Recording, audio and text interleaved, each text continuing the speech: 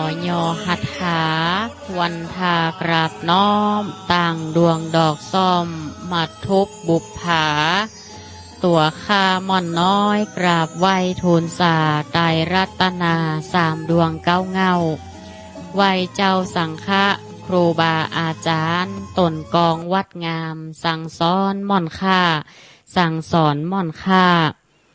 ขอนอบน้อมในคุณพระรัตนตรัย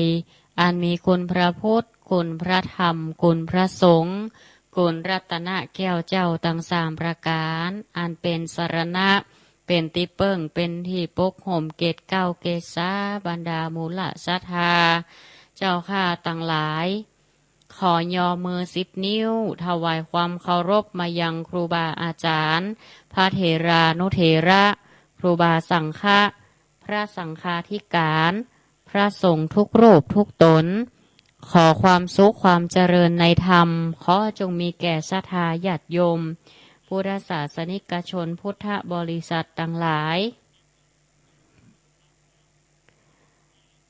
ธรรมะสวัสดีป้าอุ้ยแม่อุ้ยลุงป้านาอาศรัทธาทุกท่านในโอกาสนี้ก็ขอเชิญชวนน้อมนำทุกท่านเข้าสู่รายการธรรมะซึ่งเป็นรายการสารธรรมยำแรงช่วงมรดกธรรมพื้นเมืองในช่วงเวลา 16 นาฬิกาจนถึง 17 นาฬิกาทุกวันจันทร์ก็จะได้มาฟังการแสดงพระธรรมเทศนาพื้นเมืองซึ่งในวันนี้ก็จัดโดยตนตัวอัตมาภาพพระครูปลัดณัฐพงศ์ทิตาวุฒศิริเจ้าอาวาสวัดดอนจันทร์ตำบลเวียงกาหลงอำเภอเวียงป่าเป้าจังหวัดเชียงรายซึ่งในวันนี้ก็จะได้มาเตะธรรมเพื่อกับป้าอุ้ยแม่อุ้ยลุงป้านาอาศรัทธาทั้งหลายได้สดับรับฟังพระธรรมเทศนาซึ่งก็ใกล้ช่วงเทศกาลส่งท้ายปีเก่าต้อนรับปีใหม่แต่ละสถานที่แต่ละหลายๆหน่วยงานเปิ่นก็ได้จัดกิจกรรมภายใต้การป้องกันมาตรการโควิด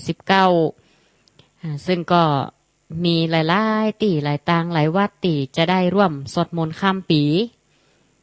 การสวดมนต์ข้ามปีเป็นสิ่งที่เป็นวิถีพุทธของเฮา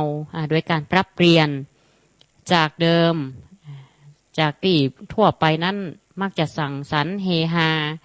ก็มักจะเกิดอุบัติเหตุการทะเลาะเบาะแว้งอย่างต่างๆนานาเพราะทุกคนปรารถนาอยากมีความสุขในวันขึ้นปีใหม่อยากจะได้แต่สิ่งดีๆสิ่งที่เป็นมังกรเป็นมงคลดังนั้นเราจึงต้องทำสิ่งที่ดีๆเพื่อทำให้วันต่อไปหรือเริ่มต้นปีใหม่ของเฮาเป็นวันที่ดีๆโดยเช่นกันโดยเริ่มจากไหนก็เริ่มจากตัวเฮาถึงแม้ว่าป้าอุ้ยแม่อุ้ยบางคนอาจจะไปทางใดบ่สะดวกเดินทางบ่สะดวกเขาก็ไหว้พระพุทธพระธรรมพระสงฆ์จุดธูปดำเทียนอยู่ที่บ้านติจองสวดมนต์ภาวนาไปเริ่มต้นปีใหม่แล้วบางวัดก็มีการจัดกิจกรรมสวดมนต์ข้ามปีเสริมสิริมงคลอย่างเข้าสู่พุทธศักราชใหม่ 2565 ซึ่งในข่าวหลายๆสื่อสำนักในวันที่25 ธันวาคมที่ผ่านมาก็ได้เผยแพร่ในเรื่องของการอวยพรปีใหม่โดยสมเด็จพระสังฆราชองค์ปัจจุบันได้ประทานพรปีใหม่ 2565 ให้กับพุทธศาสนิกชนพุทธบริษัทต่างหลายประชาชนโดยการเผยแพร่ผ่าน Facebook ของสำนักเลขานุการสมเด็จพระสังฆราชเผยแพร่ข้อความของสมเด็จเจ้าพระคุณสมเด็จพระอริยวงศาคตญาณสมเด็จพระสังฆราชสกลมหาสังฆปรินายกว่าเนื่องในอภิลักขิตสมัยขึ้นปีใหม่พุทธศักราช 2565 ก็ได้ประทานพระรูปพร้อมกับลายเซ็นพระหัตถ์เจิญพุทธภาษิตอันเป็นคติธรรมอวยพรปีใหม่แบบสั้นๆย่อๆให้กับเฮาทั้งหลายสำหรับเกิดความสุขในปีใหม่พุทธศักราช 2565 ว่าถ้าทางมิตตานังคันทติซึ่งมีใจความสั้นๆย่อๆว่าผู้ฮื้อย่อมผูกมิตรไว้ได้ซึ่งการฮื้อทานเรื่องการฮื้อย่อมผูกมิตรเอาไว้ได้ การเฮือในทางพระพุทธศาสนานั้นมีอยู่3อย่างด้วยกันนั่นก็คือวัตถุทานหรืออามิสทานคือการแบ่งปันวัตถุสิ่งของการทำบุญการเข้าไปช่วยเหลือเกื้อกูลกันต่อเฮือเกิดผลดีต่อผู้รับและสิ่งที่เฮือนั้นต้องเกิดประโยชน์บ่เป็นโทษบ่เป็นพิษบ่เป็นภัยอภัยทานคือการให้อภัยในสิ่งที่คนอื่นทำบดีกับเฮาหรือการจองเวรหรือแม้แต่ความเจ็บช้ำน้ำใจในจิตในใจของเฮาพยายามที่จะเอาข้ามไปในปีใหม่พยายามที่จะให้อภัยด้วยการให้อภัยหลายๆอย่างตีมันอาจจะเป็นสิ่งตีขำในจิตในใจของเฮามาเมินอาจจะมีการทะเลาะเบาแวงกันพ่องถ้วยกับจ้อนเครื่องครัวสงสารเนาะศรัทธาอาจจะให้มันราบรื่นไปเหี่ยโมดมันก็เป็นไปบ่ได้เฮาได้ร่วมกันอยู่ในกลุ่มในชุมชนในสังคมมันก็ย่อมมีทะเลาะเบาแว้งกันเป็นธรรมดามีพิษมีเถียงกันพ่องแม้แต่คนในครอบครัวของเฮาบางทีก็ต้องให้อภัยกันศรัทธาบ่เอาข้ามปีบ่เอาข้ามเดือนบ่เอาข้ามวันข้ามยามเพราะเฮาปรารถนาสิ่งที่มันจะเป็นมงคลฉะนั้นวันนี้เฮาจะต้องเริ่มต้นด้วยสิ่งที่มันบดีตัวการเฮือถือว่าเป็นสิ่งที่พื้นฐานแห่งการทำบุญที่เกิดขึ้นเป็นพื้นฐานหากว่าเรารักษาศีลภาวนาครบพร้อมอานิสงส์ต่างๆก็จะเกิดขึ้นบ้านเมืองสังคมก็จะอยู่ดีมีสุขเฮามีการเกื้อกูลกันในสังคมสุดท้ายนะอภัยทานถือว่าเป็นสิ่งที่ยากที่สุดถึงหมดแต่ผลบุญที่มากที่สุดก็ด้วยธรรมทานคือการธรรมะเป็นทานในที่นี้หมายถึงความรู้ที่เขาหู้และช่วยเขาจะพ้นความทุกข์ความสุขเกิดจากการปรารถนาให้คนอื่นได้พ้นทุกข์นั้นเป็นบุญนักขนาดเลยสถาญาติโยมดังนั้นการธรรมะเป็นตาลถือว่าชนะการทั้งปวงทั้งทางตรงและทางอ้อมทั้งทางตรงคือทำให้เขาได้ความรู้โดยตรงกับผู้รับและเป็นความรู้ที่เป็นทานคำว่าธรรมในที่นี้หมายถึงความรู้ของเขาของเฮา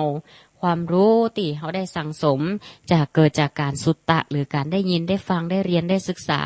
การเจริญจิตพัฒนาปัญญาของเฮาเข้าใจในน้ำธรรมคำสอนสิ่งใดดีสิ่งใดบดีสิ่งใดควรเจริญสิ่งใดควรละนั่นเองศรัทธาพิจารณาธรรมคือการธรรมะและก็ธรรมทานให้กับตนเองเฮาเพราะว่าเป็นการพัฒนาสติปัญญาบางเฮาไปทำสิ่งที่ผิดธรรมะนี่เองจะป้องกันเฮาไปในทางบาดีตกไปในทางที่ชั่วและก้าวไปสู่ในสิ่งที่ดีดังนั้นศรัทธาญาติโยมเริ่มต้นปีใหม่เขาก็พยายามหลีกเลี่ยงอบายมุขการดื่มน้ำเมาเที่ยวกลางคืนเที่ยวดูการละเล่นการพนันครอบครัวชั่วเป็นมิตรการเก็บค้านการทำงานสิ่งเหล่านี้มันเป็นอบายมุขหนทางแห่งความเสื่อมเราต้องเริ่มต้นจากความเจริญเราอยากจะมีความสุขความเจริญในชีวิตเราก็เริ่มต้นได้ตัวเราเองด้วยการดังที่องค์สมเด็จพระสังฆราชได้ประทานพรปีใหม่ให้เราทั้งหลายว่าถ้าทางมิตรนังคันทติผู้เฮยย่อมผูกมิตรเอาไว้ได้เมื่อเราช่วยเหลือเกื้อกูลกันก็ย่อมนำสังคมนั้นให้มีความสุขความเจริญในหมู่คณะความสามัคคีก็จะเกิดขึ้นตามมาและสิ่งดีๆก็จะเกิดขึ้นญาติโยมตอนนี้อาตมาภาพก็จะได้แสดงพระธรรมเทศนาโปรดศรัทธาญาติโยมในช่วงรายการธรรมะยามแรงช่วงมรดกธรรมเปื้อนเมืองขอทุกท่านได้ตั้งอกตั้งใจสดับรับฟังพระธรรมเทศนาในช่วงตอนเย็นวันนี้ซึ่งวันนี้อาตมาภาพก็ได้ยกเอาพระธรรมเทศนาในเรื่องของกรรมรหัสมีอยู่ยาไข่หู้เป็นสองเกี่ยวกับเรื่องความลับความลับมันจะเป็นจะใด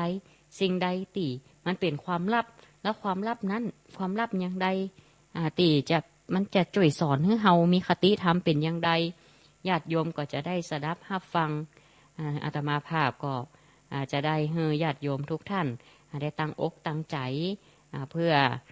นำเอาเนื้อหาสาระเอาแก่นสารคติธรรมนำไปประยุกต์ใช้ในชีวิตประจำวันนำไปเลือกเฟ้นพิจารณาให้เกิดสติและเป็นข้อคิดในการเริ่มต้นปีใหม่ด้วยดีก็ขอทุกท่านตั้งอกตั้งใจสดับรับฟังเป็นลำดับต่อไปเนอะ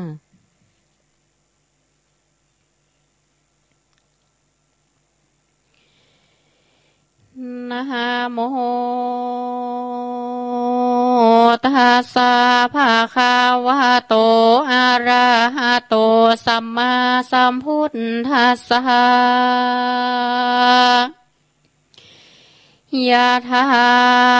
วาริวหาปริปุเรนติสากาลังเอวะเมวะอิโตตินังเปตานังโอปกาปติสัทธโวดุราสาปุริสาตั้งหลายตั้งยิ่งใจน้อยใหญ่อันห่มไฟตั้งบนเปลืองเฮนนส่งโตมยกจากกลุ่มเมืองคนไปเกิดบนจันฟ้าคงเขตลาเมืองสวรรค์จริงปาการมวลโมมานั่งอยู่ฟังธรรมจงจากจำแต่ตนที่เสิบสนตัวไปแปลงใจใสเจิญจ้อยตัวตามถอยกองธรรมบัดนี้แด่เตอกีราดังเฮาจากหูมานี่เล่านักป่าเจ้าอาติตาจากสอนมาแต่ไทยได้จำไว้สอนใจว่ากรรมราหาใดมีโยอย่าเฮอคนหูปอสองจากเป็นกองเฮอใดร้อนเดือดไม่มองผ่านกรรมดังกรรมโบราณกล่าวจี้ไว้เป็นตีพิจารณาว่าเมินมาแต่ก่อนสัตว์อยู่บอนดงดอนปูปาจรแม่น้ำหมดเสียงซ้ำให้โหนย้อนโมคนบาปใบไปซ้อไส้เอากินสัตว์บนดินนั่นเล่าหล่อแต่กระต่ายเท่าเดียวได้สัตว์อื่นตายมวยหมอดบ่อเหลือลอดแดนใดไหนวางใส่บวกกวางลอปาก่อข้างตัวเดียววันหนึ่งกระต่ายเตียวไปไกลตีนองใหญ่วางใส่สัตว์ตาไปสันพอก็มาหันปากอพูดมามันจริงจะต้านต่อว่าดูราปากอวางใส่เป็นสันได้นั่นใส่เมืองบ่อใดวำวายย้ำปูปลาลายมวนโมบ่อข้างอยู่วังวนย้อนโมคนบาบายซ้อไปเลี้ยงสายตั้งวันคนบ่อหันและหูมึงจึงอยู่สวัสดีจุงไขว่าทีกล่าวจี้เฮอแจ้งทีขี้ยาว่ามึงบ่มรณะมวยหมอดเอาตัวรอดสันได้โกหมายใจไข่หูคอเก่าโอบัดเดียวปากก่อเลวตอบเล่าว่าดูรากระต่ายเท่าดงพรายกรรมราหาดในใจนั้นใส่ตันสอนไว้เมินมาว่าอย่าได้จากเก่าโอเฮอคนหูไปลายจะเกิดกลายเป็นโตดอันไรโหดเครื่องกาโกนเห็นนาเกิดเล่าโตคำเจ้าคืนวันสัตว์ดงตันปากวงบ่อหล่อข้างบนดินเหตุคนเมาวินซ้อไส้ภาพเสียงควายดงไพเป็นสันได้เมืองรอดป้นจากขอดมรณามึงจงจากเก่าโอเฮอโกหูตามีกาตายดงรีตัวเท่าก็ตอบเล่ากรรมไปว่ากรรมรหัสในใจมีอยู่บอกกวนโอปันภัยจากเป็นภัยอันใหญ่เฮอห่อนไม่เครื่องกากาตายกับป่าต่อทอยมีบ่อน้อยหลายประการต่างใจบ้านจื่นโซผูกกันเป็นกูสหายแม่นจากตายมวยมั่งบ่อละห่างเสียกันต่างไข่ปันเก่าอูเฮอได้หูความในว่าเนียสันได้จริงรถบ่อมวยมอดมรณาป่าก็จะบอกเล่าว่าดูราเจ้าสหายยามคนตั้งหลายมารอดเอาแห่ตอดลงไปกลางแม่น้ำวังใสแม่กวงคาแล่นไปอยู่ข้างวังวนกันยามคนซอศอกตีข้างขอกวังใสคาแล่นไปไว้วองลี่อยู่ต้องวังทันแหมปอปานต่อหน้าก็แล่นกว่าสับพันเอาตัวพันลีซ่อนอยู่ตีบอนแคมวังคนบ่วังจากใด เฮาเลี้ยงใส่ดังหมายส่วนสหายนั้นเล่าบ่ได้เข้ามรณาเงียสันได้จะจุงจี้เฮือแจ้งที่หันใส่กะตายไข่ตันตอบว่าดูราป่าก่อตัวหลวงยามคนปันปวงซอล่าตามด่านป่าดงไผ่คานีไก่ป่าใหญ่มาอยู่ไกลเฮือนคนยามเขาวนซอพอตามตีหม้อกองตายามแดนนาเขตให้ยันอยู่ไกลเฮือนเขาขาบ่อเศร้าเนินจ้าแล่นเข้าป่าดงตาลเขาบ่อตันจากใดเอาเลี้ยงใส่ดังหมายค่าจริงบ่ตายมุ้ยหม้อได้อยู่รอดสวัสดียามกะตายดงรีตานต่อกับป่าก่อวังบนยังมีคนผู้หนึ่งใส่พกอยู่ไกลเฟยบังได้ยินกำดังกล่าวก็มาหัวรอดดาวความในก็เรียวไวไปโซยังตีโยเคหาเอาเหมาไว้วองตอดลงต้องวังทานบ่อปอนานแต่ใส่ก็ได้ป่าใหญ่ดังไม้ป่ากว่าตายมวยมากเงียตัวกระดังนิ่มเศร้ามันก็เอาป่าใหญ่ไปวางไว้บนจานบ่อปอนานสักกากมันก็ลงจากเกหายับกะตายมาแถมเล่ากะตายเท่าดงรีอูใบมีบ่อน้อยแสงกาดก้อยมรณามันนำมาวางไว้ตีจิมไก่กับป่าแล้วไก่กาลาพรากลง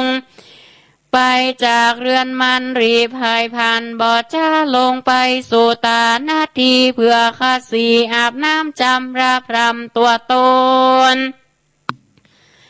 แล้วถอยโหนปีกปอกไว้หน้าออกคืนมาแกงยังป่าตัวใหญ่ลาบกาตายเลี้ยงใส่ยำแรงลาบกับแก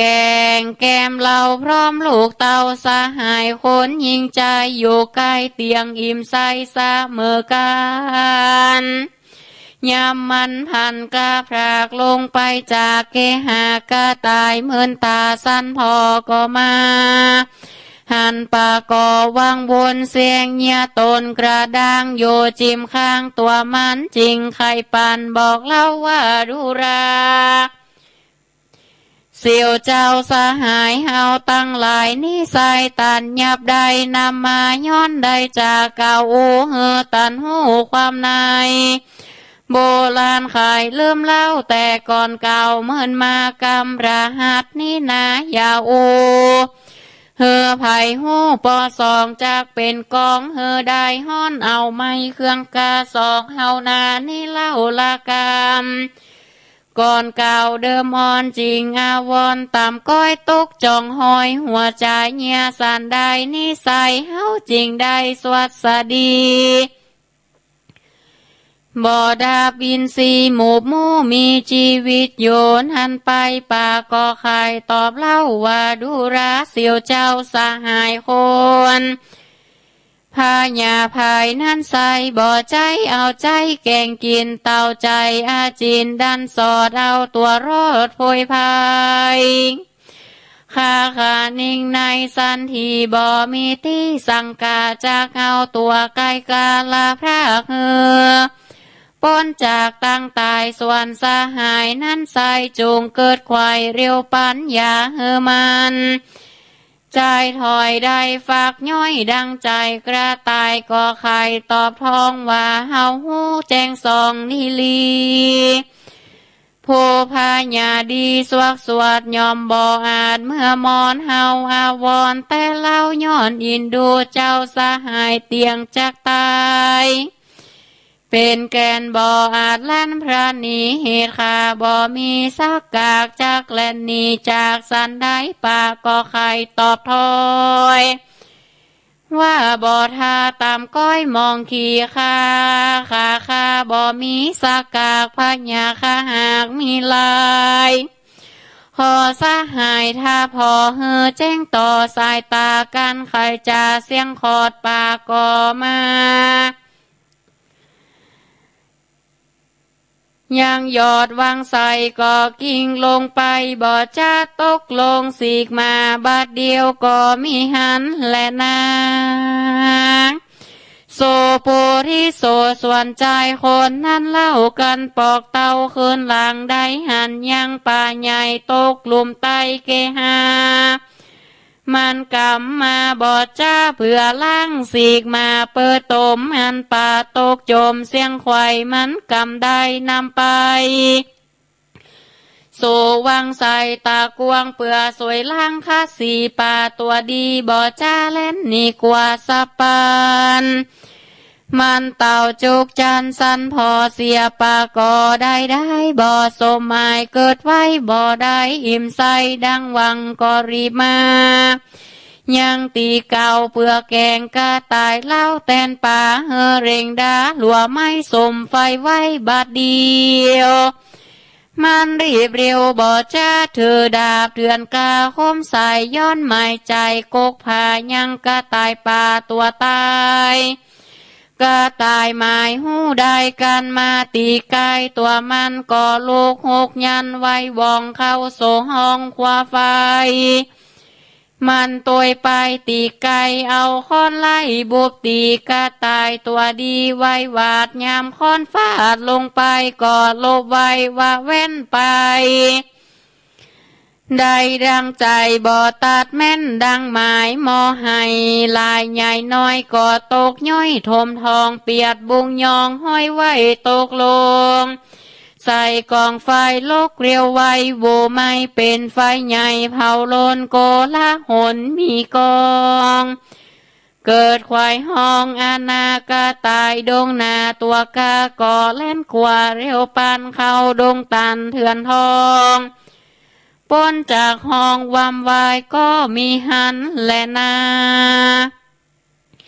ปานดีโตอันว่าเจ้าน้อยนาดหนุ่มเนาจากจี้นิทานเก่าปางลางมาสอนยังลูกเต้าตนภาพดาวเวียงใจเฮอหันใส่แจ้งทีบ่มีตี้สังกาว่ากำระหานนี่นาอย่าโอเฮอคนหูปอสองบ่แม่นกองพาเสิร์ตยอมปาเฮอเกิดอนตาลายดังสองสหายก่อนเก่าเกิดก็ตายเท่ากับป่าต่างในจากเก่าอูเฮอกันหูความในคนจังไรโยไกลหลวดหูไข่อูบายยับสองสหายไปโซยังติโยเกหากันบ่มีพาญาจบจอดเตียงมวยมอดเป็นผีขอศรัทธามีมวลโมจงพรำหูขานิ่งในยานีไก่แบบเบากำสอนเก่าโบราณจักเจยบานข้ามเจ้าโยเตียงเต้าสวัสดีแลนานิทิตังกิญญาสังวันนาวิเศษจาห้องเหตุกรรมรหัสได้มิอยู่อย่าเฮอคนหูปอสองก่อบังคมส้มเรเสร็จแล้วเต้านี้ก่อนแลสำหรับพระธรรมเทศนาเรื่องกรรมรหัสมีอยู่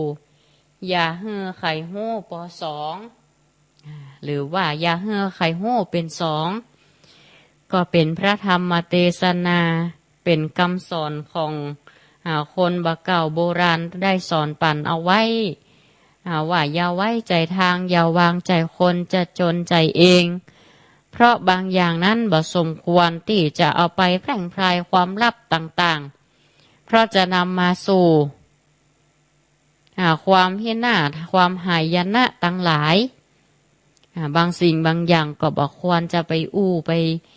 การการจ่าใดๆนั้นย่อมประกอบด้วยสติทุกครั้งเอามากำกับเพราะบัจจะอ่านแล้วศรัทธาญาติโยมแม่ศรัทธาต่างหลายที่ได้สดับรับฟังในพระธรรมเทศนาพื้นเมืองเรื่องกรรมรหัสมีอยู่ใหญ่เฮือไข่หู้เป็นสองนั่นเปิ้นได้แฝงคติเอาไว้เป็นกรรมบะเก่าบัณฑิตโบราณเปิ้นได้สอนลูกสอนหลานสอนเต้าเอาไว้ว่าว่าการจะกล่าวอันอย่างก็ตามว่าสิ่งนั้นมันเป็นความลับมันเป็นสิ่งที่สำคัญ ก็บอกควรจะไปแพร่งพรายความลับนั้นๆอยู่เอาไว้เนาะได้ยกเอากรรมบะเก่ากรรมสอนยกเอานิทานมาให้สอนลูกสอนหลานได้ฟังว่าในป่าแห่งหนึ่งนั่นน่ะสถาเดิมทีก็โอ้มีสัตว์นานาอยู่หลาย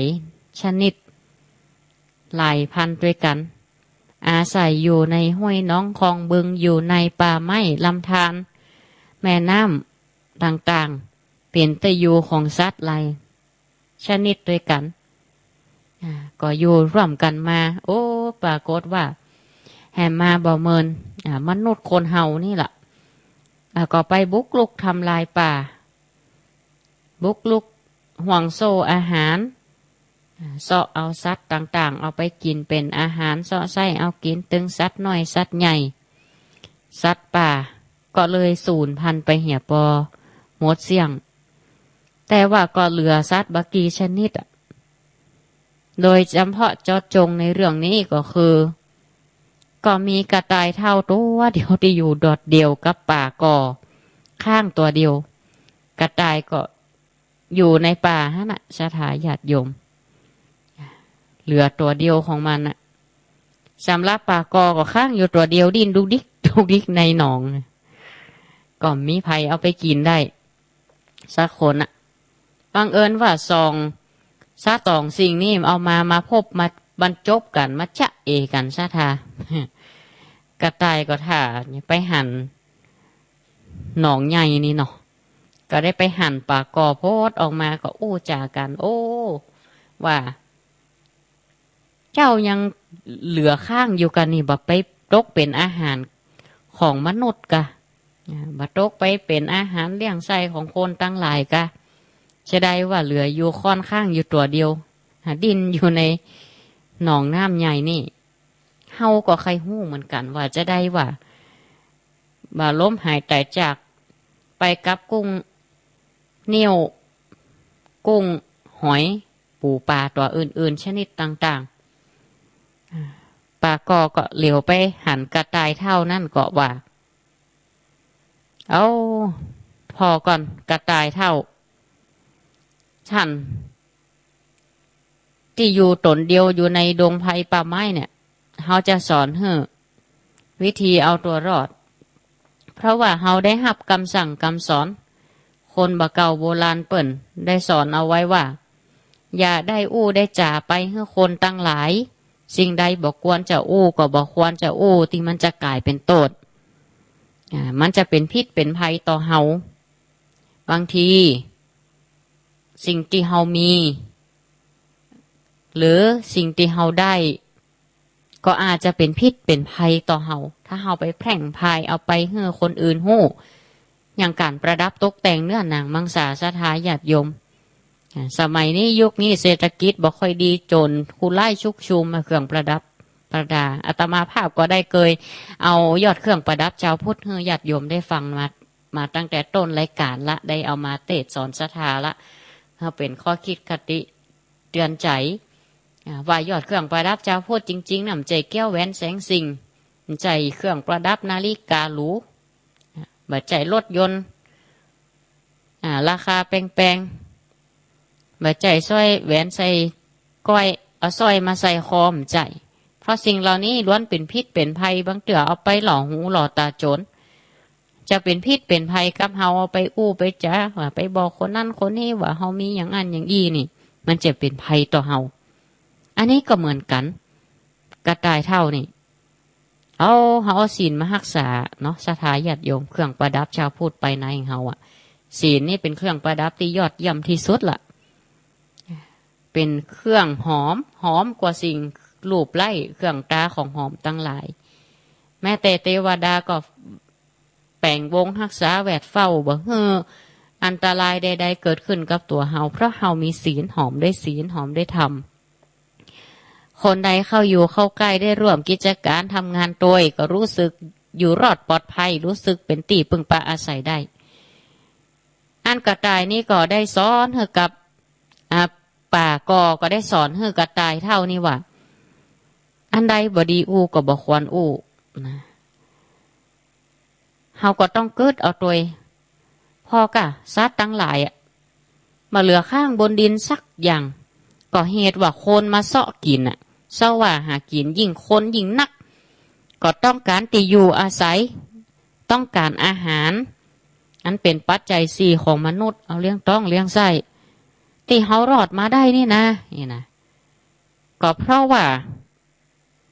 เวลาคนเนี่ยเอาแห่ไปตอดเวลาไปแห่ตอดกลางแม่น้ำกว้างนี่เฮาก็กระจายว่าย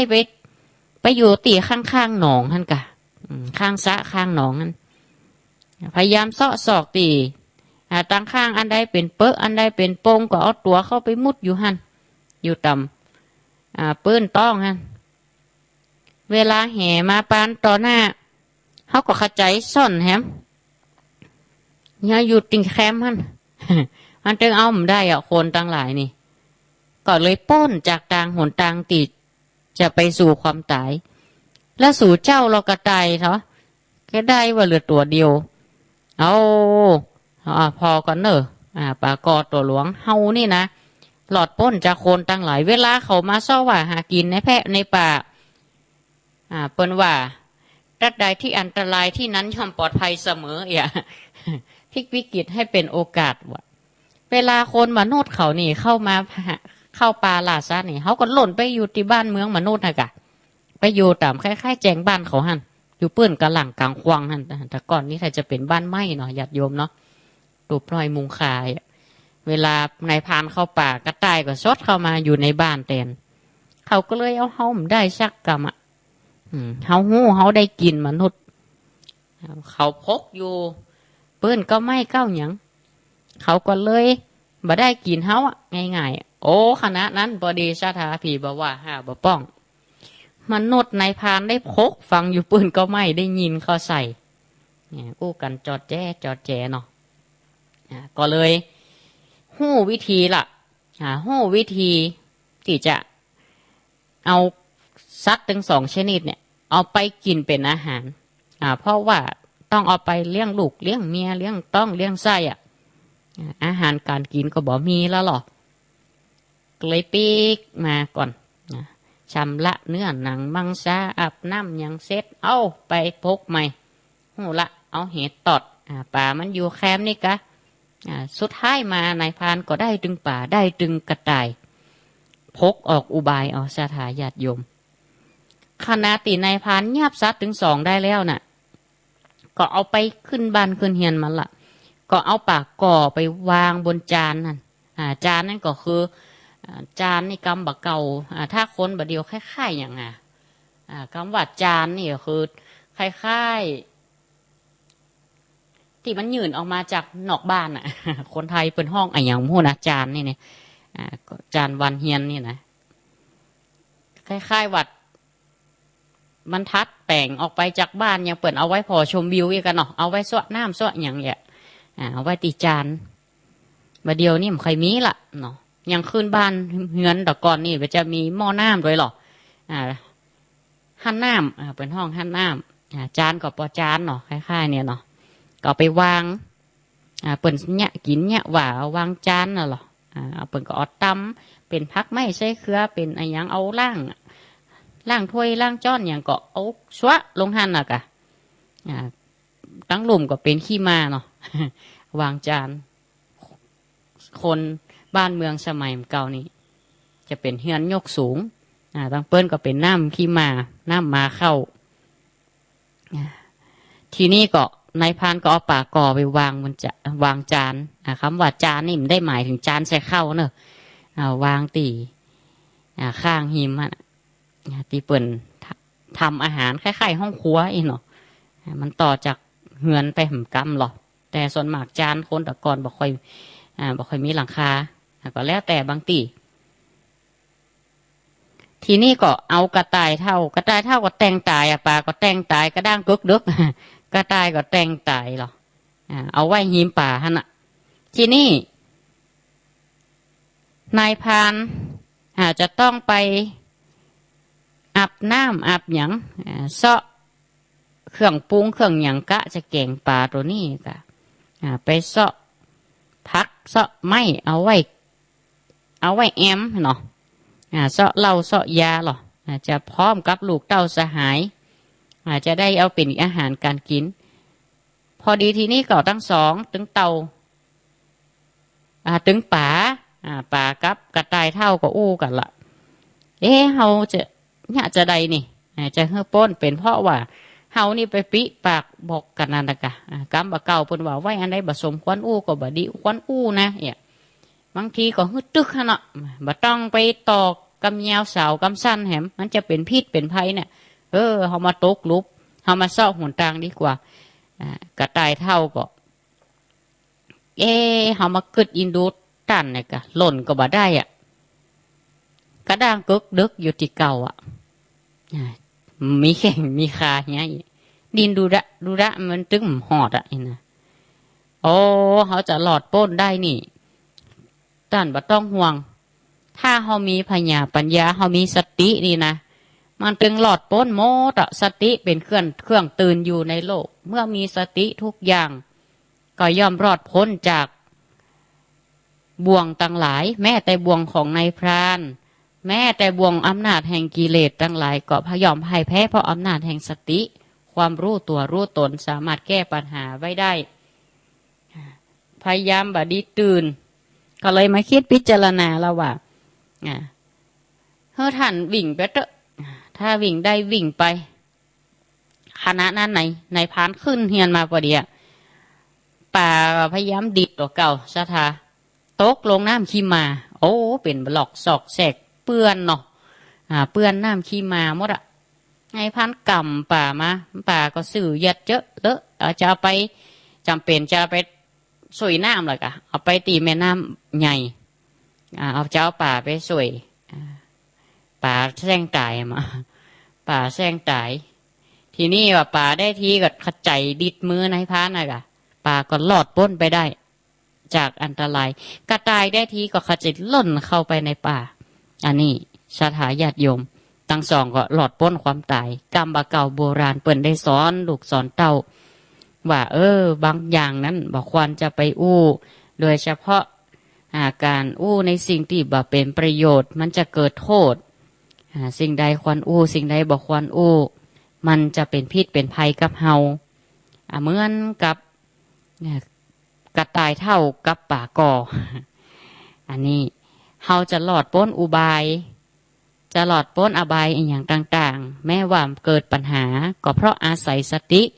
เพราะในเมื่อมีสติอยู่กับตนกับตัวรู้เท่ารู้ทันรู้แก้ปัญหาปัญญามันจังมาไม่ลูนสถาเจียกะเนาะปัญญามันจะมีแม้แต่เฮาเกิดอุปสรรคเกิดปัญหาต่างๆก็พยายามเอาอุปสรรคเนี่ยให้เป็นปัญญาให้ได้เปลี่ยนปัญญาเปลี่ยนปัญหาให้เป็นปัญญาให้ได้ให้รอบรู้ให้รู้ทันมันเอาก็ใช้ชีวิตแบบปกติสุขได้แล้วเขาเริ่มเข้าสู่ปีใหม่เขาก็ทำในสิ่งที่ดีๆสิ่งใดที่ทำดีไว้ละเขาก็จะเลื่อนทำความดียิ่งขึ้นไปแล้วก็รักษาความเสมอต้นเสมอปลายของความดีของเขานะแม้ใครจะบาหันก็ตามเพราะความดีมันใจวัดกันตีสิ่งตอบแทนจะเป็นสิ่งของตลอดไปบางคนบอกว่าทำความดีเสร็จจะภาวนาทำบุญก็อยากจะได้รางวัลที่1ที่2ที่3ห้องสักหมดเดือนนี้ออกอยู่3 รอบกันนี่นะรอบที่30ของการบางทีความดีบ่ได้ผลเพื่อเป็นโชคลาภก็ได้บางทีความดีบุญของเฮาที่ได้ทำนั้นน่ะมันอาจจะทำให้เฮามีลูกหลานอยู่ถ้อยฟังกรรมลูกหลานมีปัญญาเฮาเองก็มีปัญญาด้วยกันทำให้เฮามีสุขภาพจิตดีบ่เป็นโรคเป็นภัยไข้เจ็บต่างๆทำให้ครอบครัวอยู่ดีมีสุขบัดแตกแยกกันรู้ฮักคุ้งสามัคคีกันไปทางใดก็มีมิตรบริวารนี่มันอาจจะเปลี่ยนเป็นอีกก็ได้เป็นคนแบบมีโรคมีภัยมีอายุมันยืนยาวก็ได้แต่คนส่วนมากมักจะไปผูกไว้ว่าเวลาทำบุญเนี่ยจะต้องมีโชคลาภอย่างเดียวนี่ก็เลยเข้าใจผิดว่าทำบุญเวลาบ่ได้สิ่งตอบแทนติดตัวเก่าปรารถนากับว่าบ่ได้ดีเลยมีคำว่าทำดีได้ดีมีที่ไหนทำชั่วได้ดีมีถมไปอันนั้นเราต้องใจต่อเนื้ออันนั้นเขาใจต่อเนื้อพอแต่เขาต้องใช้ต่อในอายตนะภายในภายนอกภายในของเขา ภายในให้ลึกซึ้งขึ้นรับรู้ได้ผ่านตาหูจมูกลิ้นกายใจบางทีเขาอาจจะตาก็ต้องมาพิจารณาตัวสุดท้ายจบอยู่ติดใจของเขาว่าการทำบุญทำทานการทำคุณงามความดีเนี่ยแม้บ่มีใครหันแต่ใจเขาใจเขามีความสุขศรัทธาบ่ต้องเป่าประกาศให้ใครหันก็ได้เพราะความดีไปได้แปลเป็นสิ่งของจะต้องตอบแทนตลอดนะท่านจึงบอกว่าการทำบุญย่อมทำให้คนตั้งหลายเนี่ยรับเป็นสุขตื่นเป็นสุขบ่มีนิมิตฝันไล่ให้ตื่นตกใจบ่ตระหนกไปตั้งได้มีพิษมีภัยเพราะว่าห้อมผูกเวรอาฆาตให้ใครอันนี้แหละทำดีมีคนช่วยเกื้อกูลอนุเคราะห์สงเคราะห์เวลาตกทุกข์ได้ยากก็มีคนเข้ามาช่วยเหลือเกื้อกูลช่วยกันซึ่งกันและกันเป็นเหตุนี้ญาติโยมเฮาการทำความดีบุญในพุทธศาสนาคือทานศีลภาวนาก็ต้องไปครบพร้อมๆกันทานนี้เป็นพื้นฐานศีลก็จะต้องรักษาภาวนาให้เกิดปัญญาที่สุดดังนั้นเขาก็จะมีชีวิตดีมีปกติสุขเขาจำวันไหวละว่าเขาจะบ่เป็นศรัทธาดอกไม้ไหวเปิ้นเอาตั้งใดไหวเพชรตั้งตัวเปิ้นอันนั้นดีอันนี้ดีอันนั้นดีถ้าเขายึดมั่นในพระรัตนตรัยแล้วเขาจะต้องไปวันไปไหวเนี่ยไอ้อย่างแฮมเนาะเอาพระธรรมคำสอนเอามารักษาเอาศีลมารักษาเพื่อมันคงแม้ธรรมะเพียงหยิบกำมือก็มีประโยชน์อันนั้นละศรัทธาอันเป็นเช่นนี้นี่เองอันว่าทำชั่วจะได้เขาได้รับผลก็อาจจะเป็นบุญเป็นบุญเก่าของเขาแต่เมื่อมุดบุญเมื่อใดเขาก็ยอมได้รับผลเหมือนกันทั้งในโลกนี้และโลกหน้าที่เขาได้รับอยู่อย่างนั้นอันนี้เป็นเพียงตาเนื้อที่เขาหันณปัจจุบันเองว่าเขาอยู่ดีมีกินบางทีอาจจะทำบดีแต่ว่าจะได้ดีแต่เมื่อเขารักษาความดีเสมอต้นเสมอปลายของเขานี่เองเขาต้องเตือนตนเตือนตนนั่นแหละดีจึงเป็นสิ่งที่ดีที่สุดและเป็นสิ่งที่สำคัญก็ขอฝากไว้ให้กับป้าอุ้ยแม่อุ้ยญาติโยมลุงป้าน้าอาเฮาได้เอกละอ่อนเยาวชนที่ได้สดับรับฟังพระธรรมเทศนาในวันนี้ก็ถือว่าเป็นข้อคิดคติธรรมในการเริ่มต้นปีใหม่สร้างสิ่งใหม่ๆให้ตัวเฮาหลีกเว้นอบายมุขเสริมสุขด้วยการเริ่มต้นสิ่งที่เป็นมงคลโดยนำหลักมงคลก็คือสิ่งที่มันเป็นกุศลก็คือความฉลาดฉลาดรู้ฉลาดทำฉลาดคิดเป็นนำมาใจในชีวิตประจำวันของเฮาแล้วชีวิตเฮาก็จะประสบแต่ความสุขความเจริญเองตอนนี้ก็อาตมาภาพได้บรรยายธรรมไปเป็นที่เรียบร้อยก็จะได้เปิดสายสนทนาจากกับศรัทธาญาติโยมที่เบอร์โทรศัพท์0963458026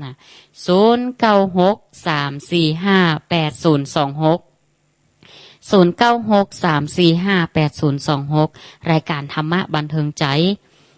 ใกล้สู่ปีใหม่เนาะก็มีตี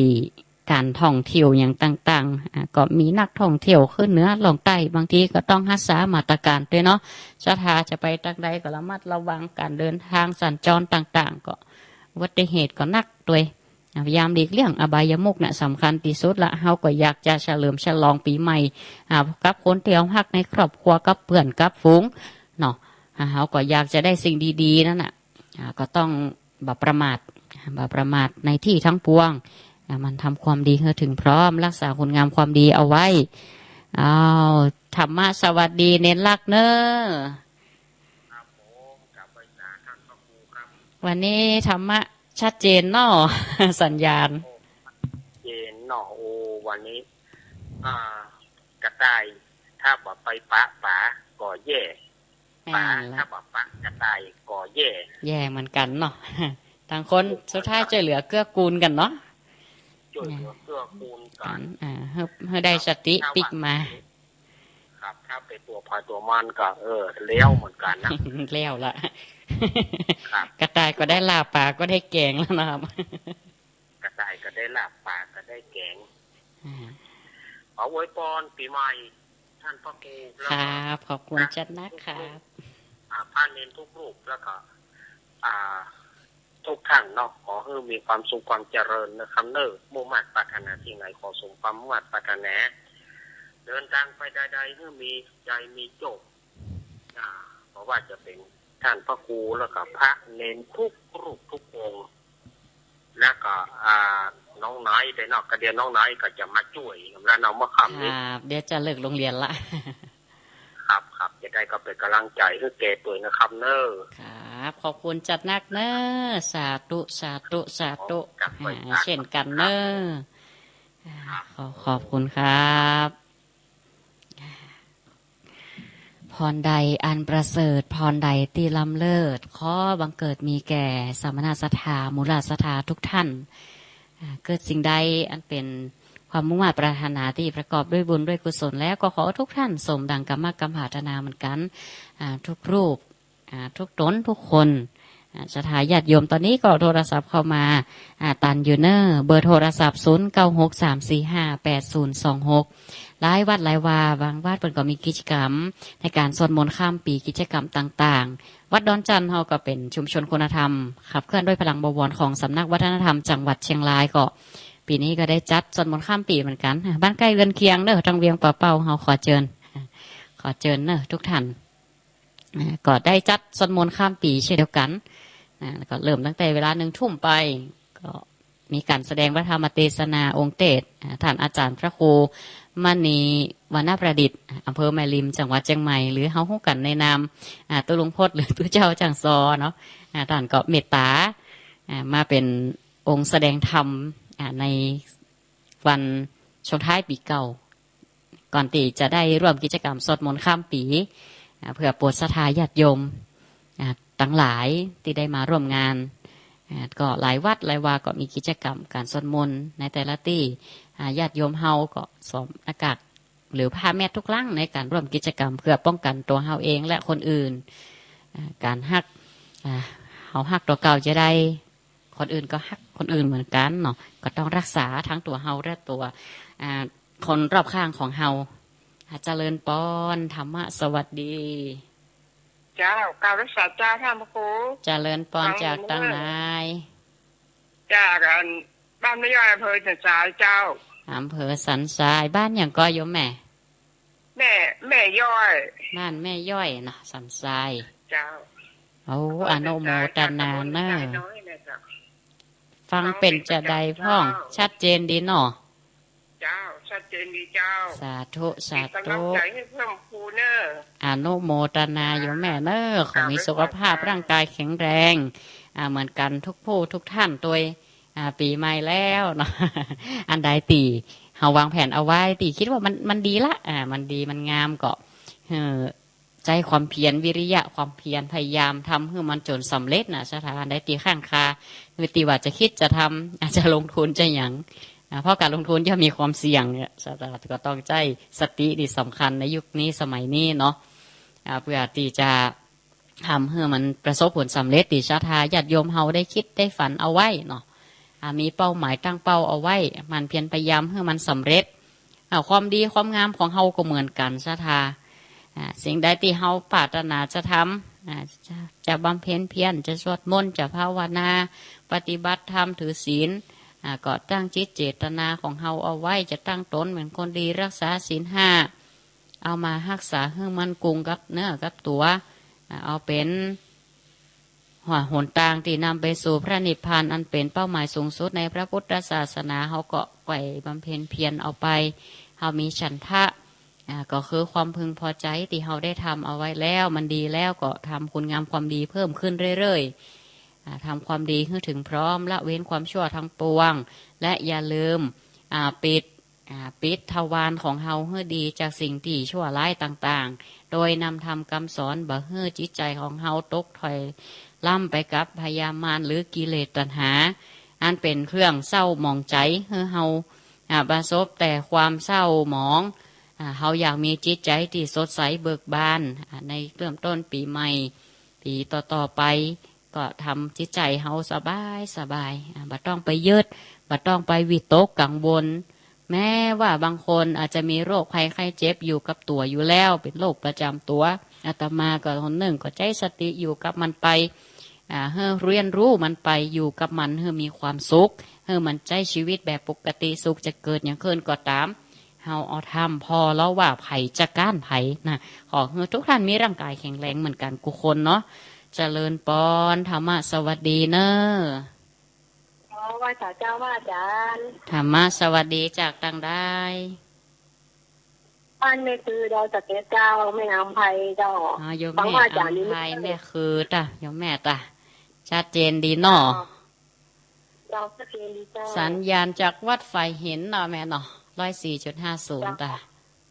104.50จ้าอ๋อฟังกันหลายก็โยมแม่เจ้าหลายอนุโมทนาเนอติดตามรับฟังโดยตลอดเนาะสาธุสวัสดีปีใหม่โดยล่วงหน้าโดยเจริญปอนเนอก็นำข้อคิดคติธรรมที่สมเด็จพระสังฆราชพระเดชพระคุณสมเด็จพระอริยวงศาคตญาณสมเด็จพระสังฆราชได้ฮือข้อคิดเตือนใจปีใหม่ของเฮาผู้ฮือย่อมภูมิตเอาไว้ได้เนาะยุคด้วยกันยุคนี้ก็ต้องเกื้อกูลกันนะญาติโยมเฮาธรรมะสวัสดีเจริญปอนตั้งได้แม่ตะบงเมืองฝางเนี่ยเจ้าโอ้อันนี้จากเมืองฝางเนาะฟังอันนี้ฟังจากคลื่นวัดพระบาทอุดมวัดพระบาทอุดม100.25 เมกะเฮิรตซ์เนาะอำเภอฝางชัดเจนดีเนาะวันนี้ดีละสวัสดีปีใหม่เหมือนกันธรรมะสวัสดีแฮปปี้นิวเยียร์ด้วยเจริญปอนอยู่ดีมีสุขเหมือนกันกูคนจะปีใหม่กันละปีใหม่อันใดดีเขาก็มาทำต่อนะเนาะชาทาอันใดที่คิดจะทำถ้ามันดีก็พยายามอดเอามันจะมีหกล้มผ่องคุกคลานผ่องใจความเปลี่ยนพยายามขันติอดทนเอาไว้จะเกิดจะกล้าจะขายก็ขอให้ประสบความสำเร็จในชีวิตเจ้าว่าหากินก็ขอให้มานเนาะขอให้กล้าแม่นไข่มานทำการเกษตรก็ขอให้ได้ผลผลิตดีอัน3 ตัว2 ตัวเพิ่มเข้าแม่นเต็งสักกำเนาะคนกินคนตาน่ะเนาะชาทาเนาะเดี๋ยวไปตกในหูบ่ชาตกติชาทาหมูนี่โอ้สบายละอันนี้เขาถือว่ามันเป็นการเสี่ยงดวงชาทามันเป็นโจกไผ่บุญมันแต่ว่าบุญนั้นมันบ่เกี่ยวกันนะถ้าโอ้ตามรักจริงๆบุญคือความสุขใจทำไปมันสุขใจ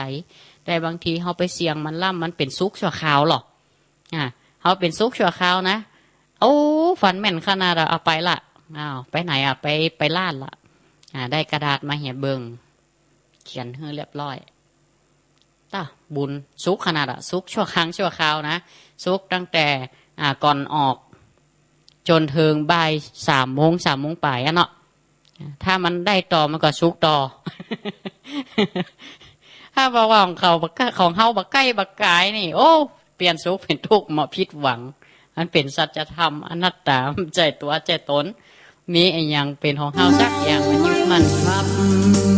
แล้วจะกลับอย่างไร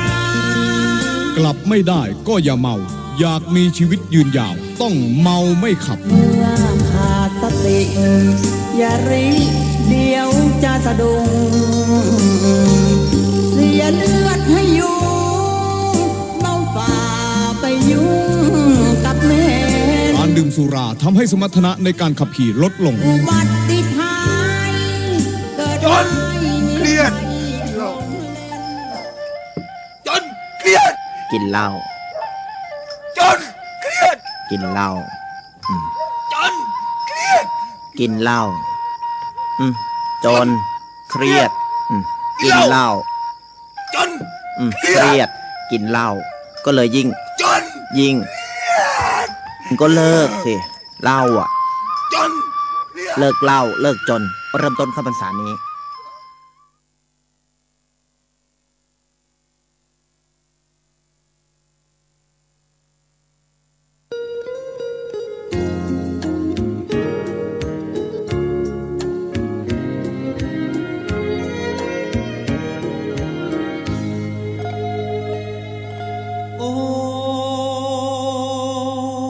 จะเป่าคาถามหารวยดลหัวใจคนสวยให้มาลง